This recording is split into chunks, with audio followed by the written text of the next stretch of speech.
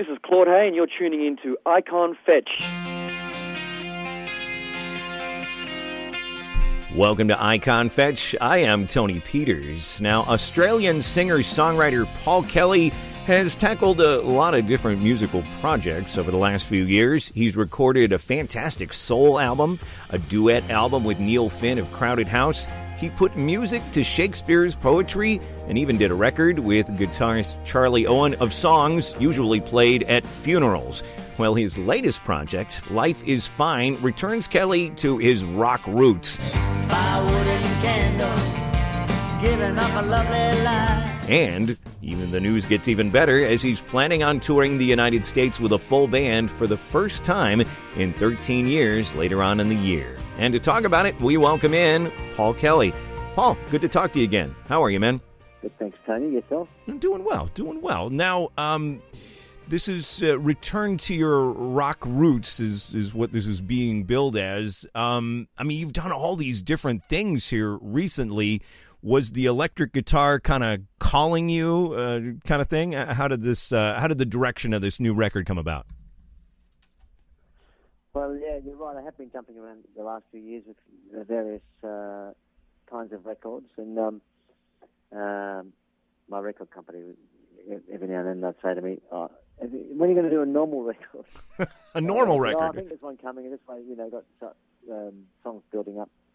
So, yeah, especially there was two records out last year. One was songs I've sung at funerals, and that was the record with Charlie Owen. I mean, it ended up being a covers record, but it was all songs that both of us had done at funerals, both separately and together over many years.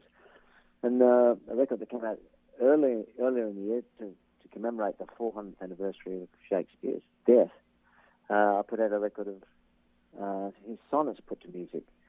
So I thought it'd be good to come up to follow that up with a more upbeat, light-hearted, rock and roll record.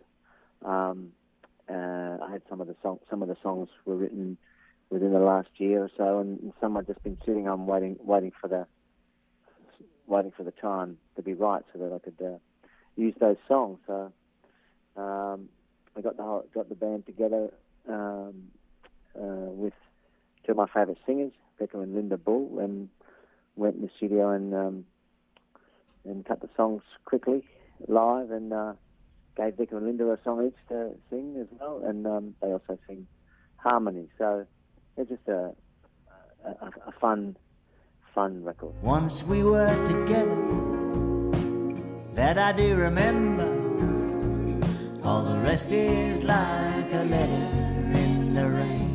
Now, was the direction of the record like immediately apparent that like this is going to be more of a full band rock kind of thing? I mean, was there one song you started off recording and that kind of helped like steer the album in that direction kind of thing? Yeah, well, I sort of knew from the start because I had the songs. I knew from even before we started recording that roughly what kind of record it would be. Like I said, there've been songs that I've been sitting on quite a few years. Josephina, it's been around for 4 or 5 years. Won't you come out and play, Josephina? I missed you all yesterday, Josephine. Just obviously wasn't going to fit on some of these other records I've done recently. My Man's Got a Cold. That's been just waiting for the time to be right. My man's got a cold. Oh, such a cold. Could be the worst ever cold in the history of the world. Again, it's a really song that needs a certain kind of performance and a real crunch from the band. So that was always sort of on the list. I guess the way I write really is I just sort of write. I write pretty haphazardly. Songs come, they might come all different kinds of songs. So I just sort them as I write them. I kind of sort them and I just put them into little drawers and say, "Oh, that kind of song is going to be good for maybe that a certain kind of record down the track," or this song will be good for another kind of record. So some ways I have been sorting these songs over the last 3 or 4 years, and I always knew I wanted to follow up the last 2 albums, which in a way were quite, fairly. I wouldn't call the Shakespeare record somber, but I guess people don't think of it as very mainstream. Right. But they're I guess more philosophical, meditative and philosophical. Those 2 records I would call the ones from last year. So I did want to come out with something in stark contrast to those records. So it was always going to be a widescreen Technicolor record with the band from the start. I don't need you. I don't need you.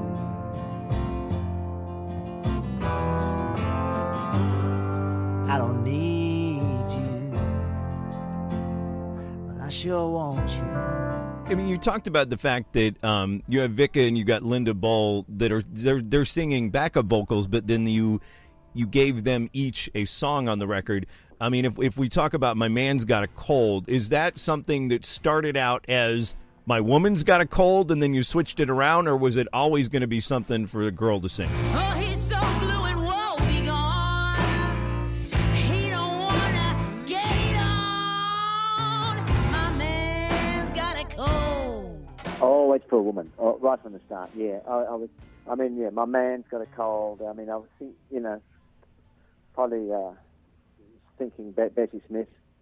There's a song that kind of needed to be sung with kind of a Bessie Smith attitude. Right. That was always the lyric. That was the lyric of the song, and so I was never going to sing it. Right. Okay. All right. So, I mean, and it also sounds like that's the type of song that might have taken a while to arrange because, I mean, it certainly sounds, I don't know. I mean, I close my eyes and think, when I have a cold, I kind of feel like that mood. But in order to capture that kind of mood of having a cold and being really grouchy and everything, I mean, did that take a little while to get the arrangement right on that? We had our arrangement pretty early, but I think it's because it's sort of got so much space in it, where it was a few takes to get it. But I wrote the song on piano just like that, with just the big thump, just the sort of chords on just really straight chords down on the beat without much, and that sort of funny little bass line. So it was sort of the written on the piano, and the band pretty much followed that arrangement. But those kind of songs, you're right, they are the hardest ones to do. Those ones with a lot of space, it's kind of slow, and everyone's got to kind of feel each other and just land at the same time. Right. So I remember, we wrestled that one down in the studio. It was more the arrangement was always pretty set, but it was the execution that we had to get right. Gotcha. Okay, and if we're talking about the other song that's sung by a woman, you've got the one "Don't Explain," which Linda Bull takes as a lead. Don't explain. It's really not your style. I've had some fun. You really made me smile. Is that another one of those that was pretty much written for her kind of thing, or again was that one maybe you attempted and then gave it to her? That song is about 25 years old, and I've passed it around over the years to various women singers, and I've sung it myself live. I often do record songs from a woman's point of view, so that's like, to me that's not that unusual. It's like I grew up with folk music where people change genders and ages and sing from different centuries and different points of view. Right. So singing from a woman's point of view is not that strange to me. But getting back to My Man's Got a Cold, I just knew that had to be a woman to really get over. Right. Don't Explain's been around a long time. It wasn't written specifically for Linda, but I knew it would suit her, so I brought it to the table for these recordings, and also I knew I wanted it to be a band song. So we sort of channeled Fleetwood Mac a little bit. You may have noticed, putting that arrangement together. But, nice. Yeah, it's good stuff. Good stuff. Fun. So, if I asked you about a few more songs, finally something good. Now there's a change in my neighborhood. Finally something good. Is it harder or easier to write songs that are positive? I think it's harder. I think it's much easier to write about love gone wrong, love unrequited, love lost, yearning for love, rather than writing about love going well. I think it's much harder to write happy love songs without sounding smug or banal. But soul music does it beautifully.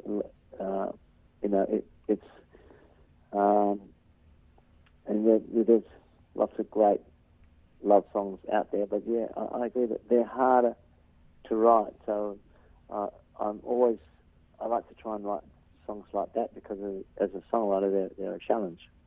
And do you ever find yourself, like when you're putting an album together, going, there's too much depressing stuff here, I need to write a positive song? Do you have to balance it out in a record like that? Yeah, those things go through your mind, yeah. Trying to get the balance between darkness and light and fast and slow. I don't necessarily think a sad song is a sad experience to listen to. So that's sad songs don't always make you sad. So I'm not too worried about what the song. If you look at the lyrics of the song and you think, these songs are all sad, but the music can really do something else at the same time. I mean, Hank Williams is the perfect example. Hank Williams' music it's actually nearly always upbeat.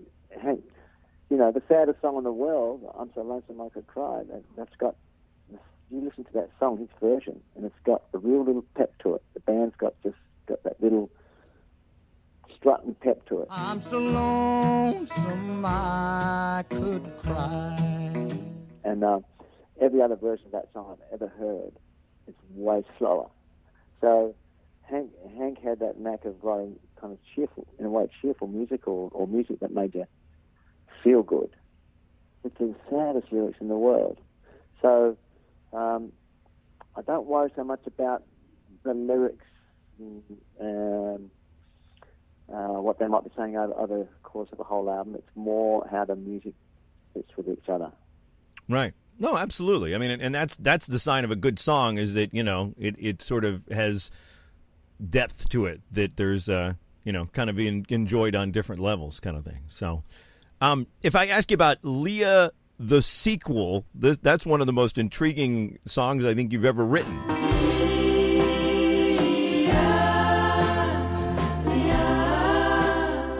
Because here you have, it's like the Roy Orbison song, Leah.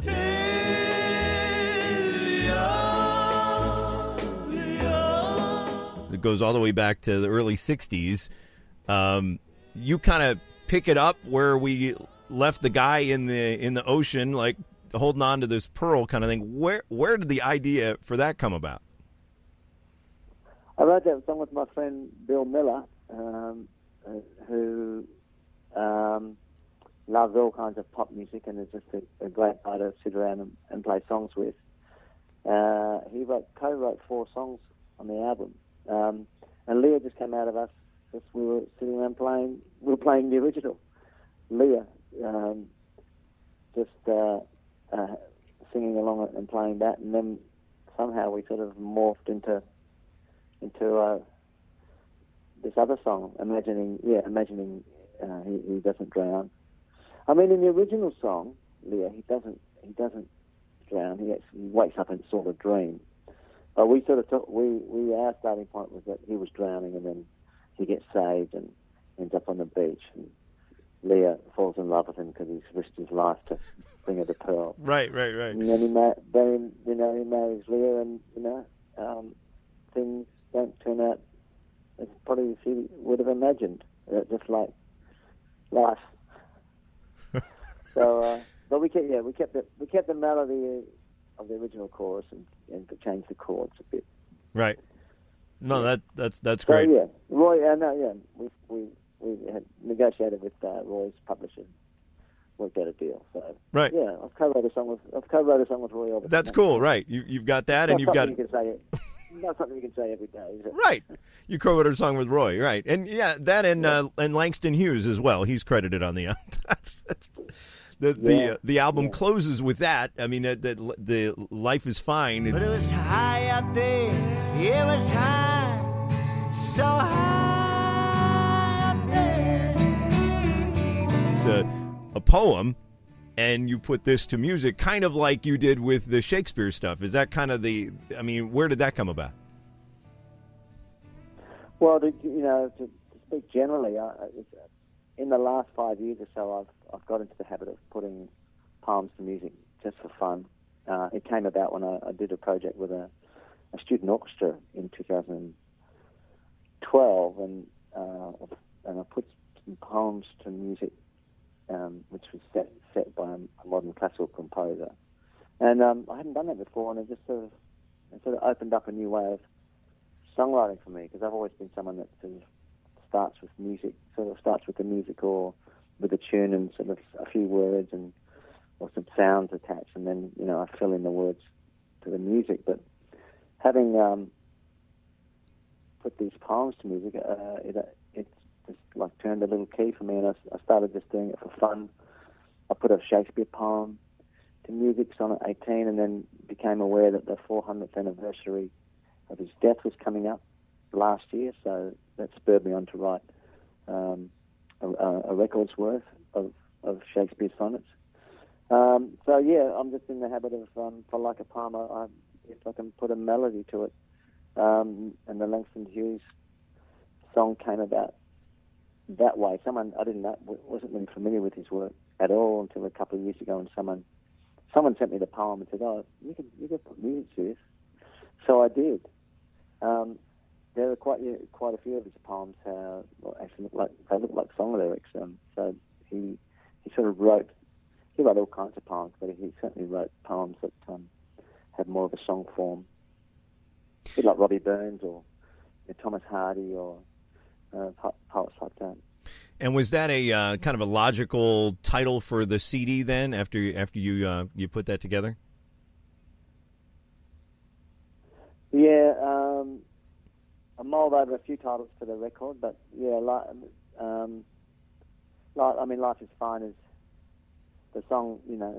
I guess it's a comic poem about suicide, so it sort of does those things that we talked about before, of the mixing up the light and the dark.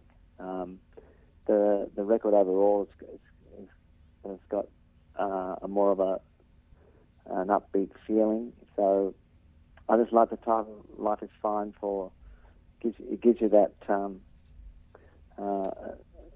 It's a feel-good title in one sense, but it's also works in the meaning of life. Life is fine. Life is precarious. Life is on a thin thread. So, and also with the duality of the song itself, I thought it was a good title. Now I notice on "I Smell Trouble" you play piano. Trouble, I smell trouble. Trouble, coming on down. And I noticed that in the liner notes you thank Adam Rudiger for piano lessons. Is this like a relatively new endeavor for you to kind of play piano, or is it something you've always done and just tried to get better at, or what? I've always played basic piano, and I've always written occasional songs on piano, but I mainly write on guitar. I can play chords on piano.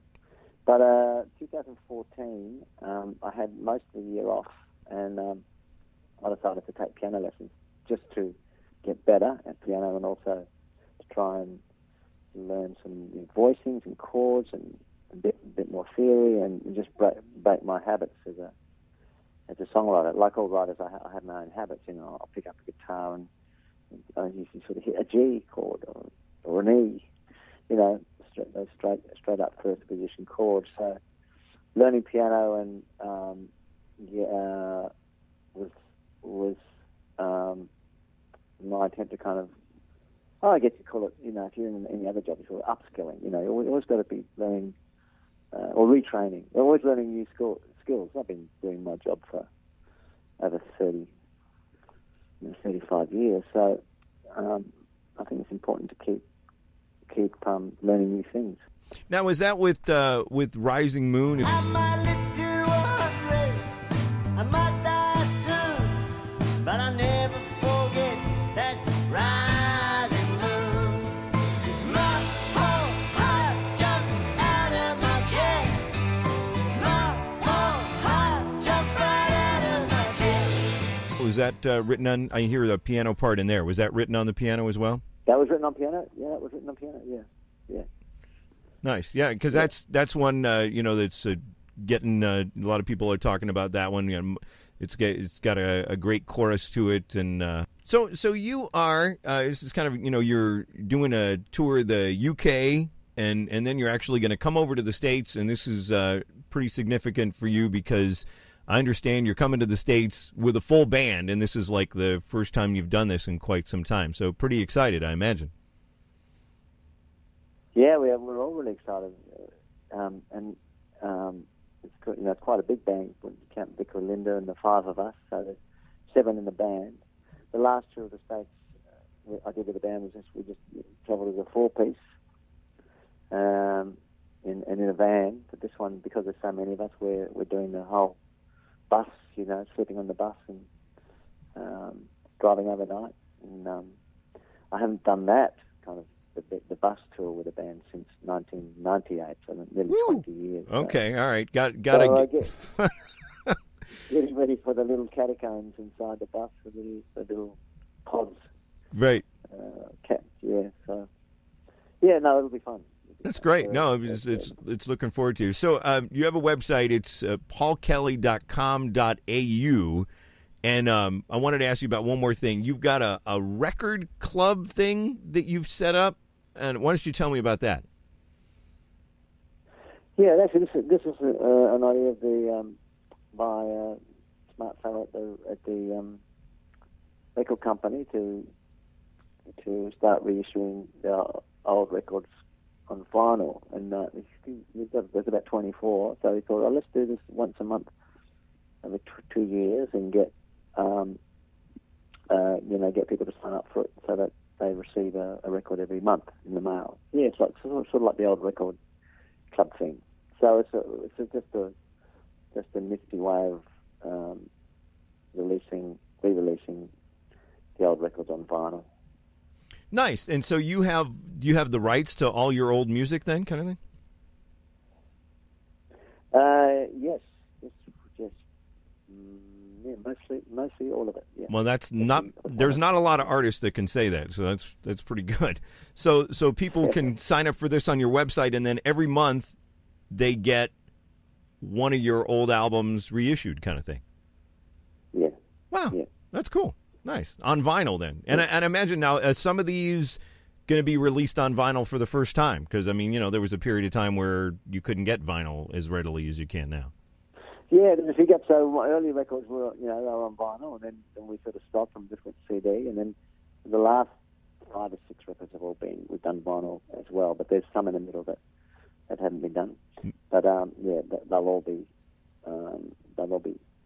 coming out, and not really nice pressings as well. Nice. From the Republic of Czechoslovakia, where they know how to press good vinyl. Right. All right, well, Paul, it's been good talking to you. The new CD from Paul Kelly is Life is Fine, and we wish you luck on it, and looking forward to seeing you live here in the States. Yeah, looking forward to coming. So. Thanks, Tony.